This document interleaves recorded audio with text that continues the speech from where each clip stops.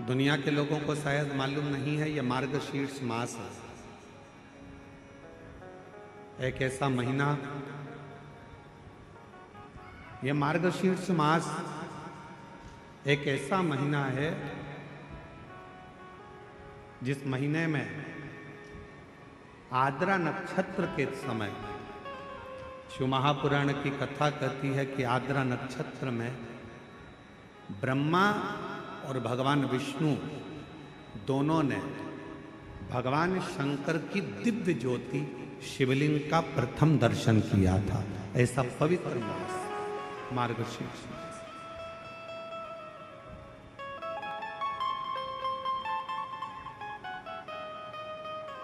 पूरे ब्रह्मांड में सबसे पहला शिवलिंग का दर्शन अगर किसी ने करा तो भगवान ब्रह्मा और भगवान विष्णु। और इसी मार्गशीर्ष मास में, जिस महीने में आप कथा सुन रहे हैं, इसी मार्गशीर्ष मास के आद्रा नक्षत्र में, और आपको बताते हुए बड़ी प्रसन्नता हो रही है कि वो आद्रा नक्षत्र इसी कथा के बीच में पड़ेगा 9 तारीख को, 9 नवंबर।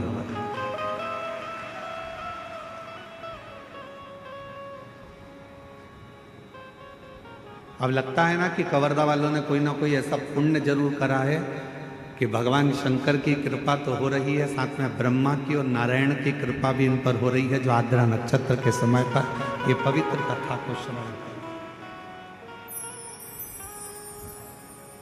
शिव महापुराण में तो यहाँ तक वर्णन किया गया है कि यदि मार्गशीर्ष मास के आद्रा नक्षत्र के दिन ब्रह्म मुहूर्त से लेकर शाम को प्रदोष काल तक अगर कोई एक बार भी भगवान शंकर के शिवलिंग का दर्शन कर लेता है तो उसकी जिंदगी में उसने कितने भी व्रत करे हो, उपास करे हो, उन व्रतों में, उन उपासों में अगर कोई त्रुटि रह गई हो, कोई गलती हो गई, कोई यज्ञ करा, अनुष्ठान करा, साधना करी, तप करा, व्रत करा, दान करा, पुण्य करा, सत्कर्म करा, उसमें अगर कोई त्रुटि रह जाती है, कोई कमी रह जाती है, कुछ छूट गया होता है, तो केवल मार्गशीर्ष मास के आद्रा नक्षत्र के दिन भगवान शंकर के शिवलिंग का दर्शन कर लेने से वो सारी त्रुटियां समाप्त हो जाती है और शिव की कृपा।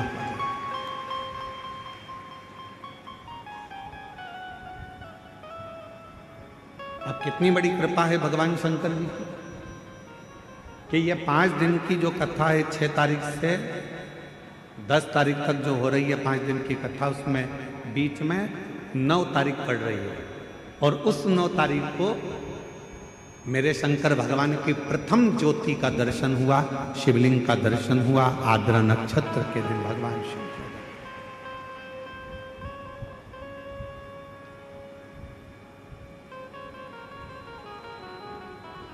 हम निवेदन करेंगे सभी सनातनियों से, सभी शिव भक्तों से, चाहे आप राम जी की आराधना करते हो, चाहे आप भगवान ब्रह्मा की आराधना करते हो, चाहे आप कृष्ण की आराधना करते हो, चाहे आप किसी भी देवी देवता की आराधना करते हो, पर 9 नवंबर आद्रा नक्षत्र के दिन मार्गशीर्ष मास के अंतर्गत 9 नवंबर को आद्रा नक्षत्र में शंकर जी के मंदिर में जाकर दर्शन एक बार अवश्य करो और भगवान शिव की कथा का रसपान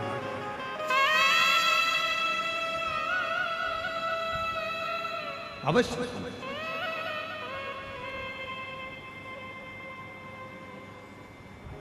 और शंभु शरणे मांगू घड़ी दुख काटो दया कर दर्शन।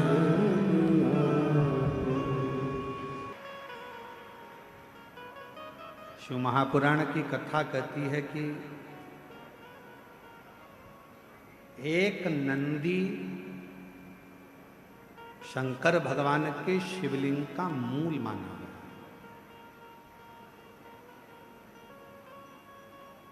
कभी अगर आप लोग द्वारका जाएं तो गोवत्स तीर्थ का दर्शन अवश्य करें, जहां पर भगवान शंकर के शिवलिंग में नंदी की प्रतिबिंबता दर्शित है।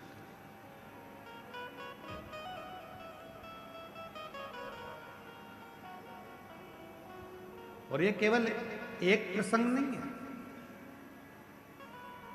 एक बार मां जगत जननी जगदम्बा अम्बा मां पार्वती जी ने भी भगवान शंकर के, जब भगवान देवादिदेव महादेव भगवान शंकर कहीं ओझल हो गए, छुप गए, दिखे नहीं, मिलते नहीं, सामने नजर आते नहीं, तब मां पार्वती जी ने भी भगवान शंकर जी से, भगवान नंदी से, नंदीश्वर से, भगवान शिव के बारे में बहुत सारे आराधना करी, साधन। कई लोग हंसी करते हैं, कई लोग हंसी उड़ाते हैं क्या कि नंदी के शिवजी का दर्शन कर कर जब हम जाते हैं और नंदी के कान में अगर मंत्र कहते हैं तो लोग बाग हंसते हैं। बताओ, पत्थर का नंदी है, पाषाण का नंदी है, और उसके कान में ऐसी बात कह कर लोग जाते हैं।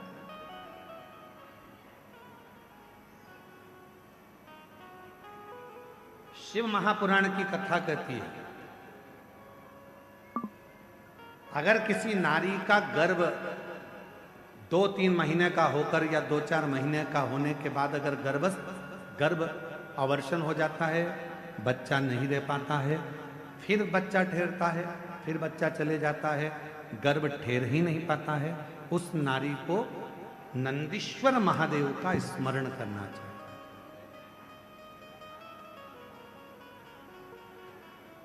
7 बेलपत्र शिव जी के सामने जो नंदी विराजमान है उस नंदी पर समर्पित करें। घर में थोड़ा सा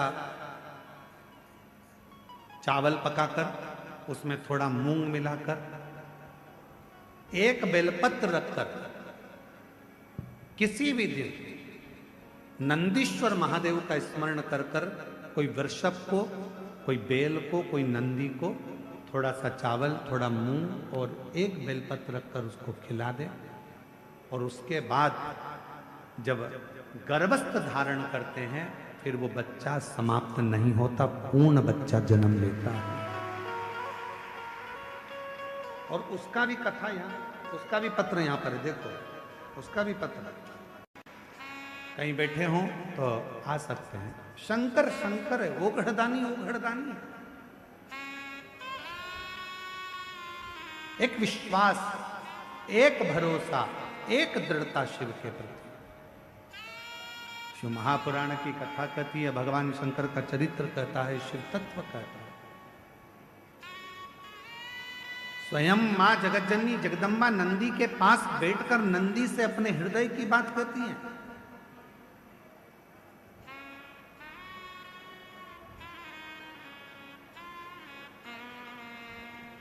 स्वयं जगत जननी जगदम्बा अम्बा मां पार्वती जी नंदी के पास बैठकर शिव की चर्चा करती हैं। इसलिए निवेदन है, यदि कभी मौका लगे आपकी जिंदगी में, कभी जीवन में अगर ऐसा लगे कि बहुत दुख है, बहुत तकलीफ है, बहुत कष्ट है, 1 बेलपत्र अपने हाथ में रखो, उल्टे हाथ में, सीधे हाथ से उस बेलपत्र पर अपना हाथ रखिए, नंदीश्वर महादेव का स्मरण करिए, 7 बार श्री शिवाय नमस्तुभ्यम कहिए।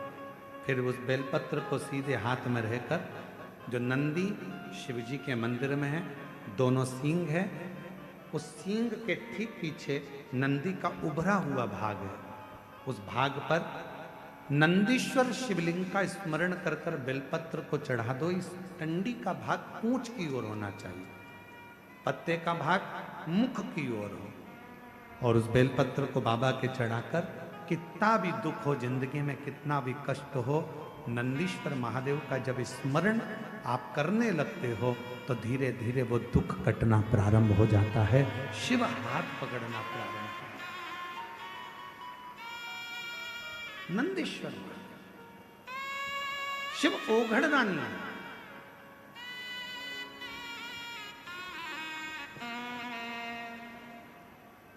और जो जैसी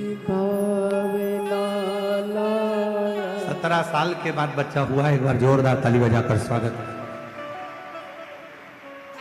जो जैसी भावना लाया वो वैसा ही फल पाया, नहीं खाली उसे लौटाया, वो मन ही मन हर्षाया, और कर दिया माला माल काशी वाले ने, लुटा दिया भंडार काशी वाले पर चढ़ा।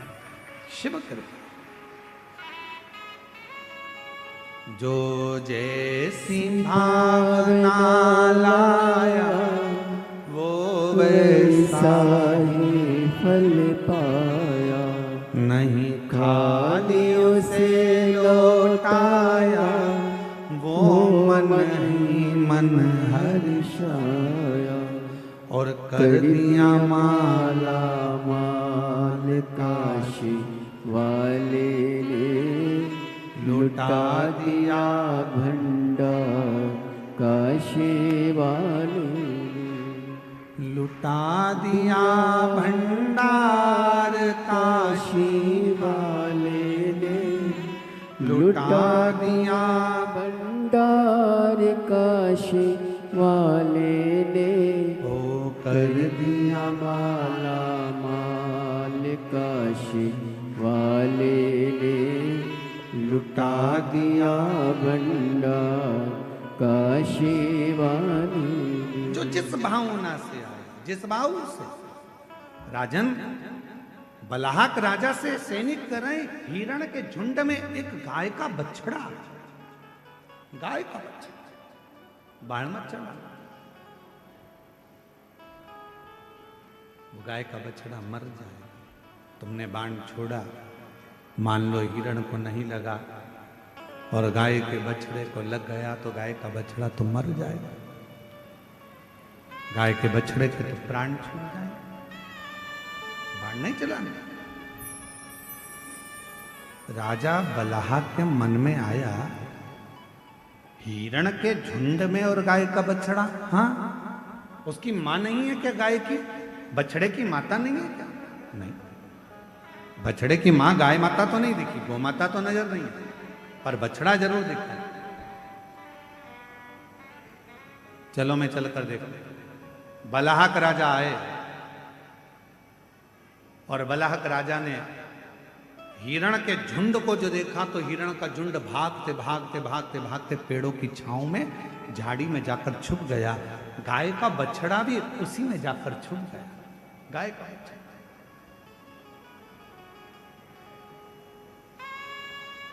अभी आपको कथा में कहा, आपको भगवान को ढूंढने नहीं जाना है, केवल भगवान का नाम लो, भगवान तुम्हें ढूंढते ढूंढते तुम्हारे पास पहुंच जाए। परमात्मा तुम्हें नहीं जाना है, भगवान स्वयं आता है। दुख आ गया, तकलीफ आ गई, कष्ट आ गया, बीमारी आ गई, बहुत बड़ा तकलीफ आ गई, तुम जाओ कहां? शिव के मंदिर। तुम कहां जाओ? शंकर के मंदिर। तुम्हारे घर के पास में जो शिवालय है, शिव का मंदिर है, एक लोटा जल चढ़ाना प्रारंभ कर दो, शंकर के मंदिर में जाकर प्रार्थना करना प्रारंभ कर दो, शिव से निवेदन करना प्रारंभ कर दो, मंदिर में झाड़ू पोछा करना प्रारंभ कर दो। फिर वो तुम्हें ढूंढता ढूंढता तुम्हारे दुख मिटाने के लिए जरूर आए, तुम्हारी तकलीफ मिटाने के लिए जरूर आए, कष्ट मिटाने के लिए जरूर आए। शिव महापुराण के कथा के पंडाल में पहुंचे हो, भगवान शंकर की ये 5 दिन की कथा तुम्हें इस पवित्र अवसर पर श्रवण करने का सौभाग्य मिला है। पंडाल में बैठकर कथा श्रवण कर रहे हो, तुम्हें लगता है कि तुम कथा सुन रहे हो, तुम्हें लगता है हम कथा में गए हैं, तुम्हें लगता है कि तुम शंकर की कथा सुनने के लिए गए हो, पर याद रखना तुम कथा में नहीं गए हो। शंकर भगवान को तुम्हारी मन की मनोरथ, कोई कामना पूरी करना होगी तो तुम्हें पकड़कर कथा में लेकर आओ। उसकी आपकी मन की इच्छा पूर्ण करना होगी तो परमात्मा आपको यहां लेकर आ गए। एक पत्र है, देखिए, एक पत्र देखो।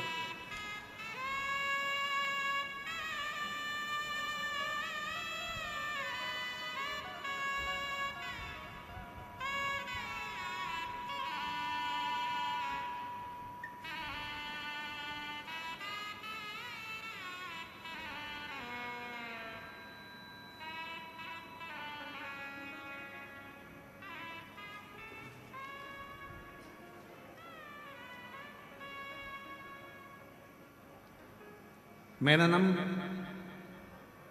आज भी विराजमान, बछड़े का शिवलिंग आज भी विराजमान। और मुझे ऐसा लगता है आप लोगों में से कोई ना कोई द्वारका गए होंगे, और द्वारका गए होंगे तो वो गोवत्स तीर्थ भी गए होंगे। गए आप लोग दर्शन करने? द्वारका कौन कौन गए? जरा हाथ उठाओ जरा। द्वारकाधीश के दर्शन करें, द्वारकापुरी आप गए हो? गोवत्स तीर्थ गए हो? गए हो? अरे वाह, प्रणाम, आपके चरणों को नमन करते हैं। गोवत्स तीर्थ आज भी वहां पर विराज गोवत्स।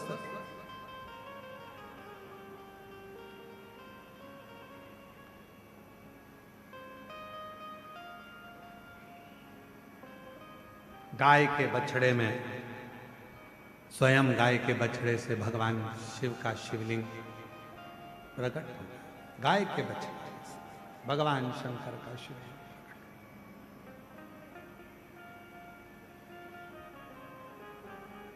राजा ने विचार करा अब इसको लेकर कैसे शिवलिंग का दर्शन राजा कर। और शंभु शरणे पड़ी मांगू घड़ी रे घड़ी दुख काटो दया करी ने दर्शन आपो शंभु शरणे पड़ी मांगू घड़ी रे घड़ी दुख का। उमा संहिता कहती है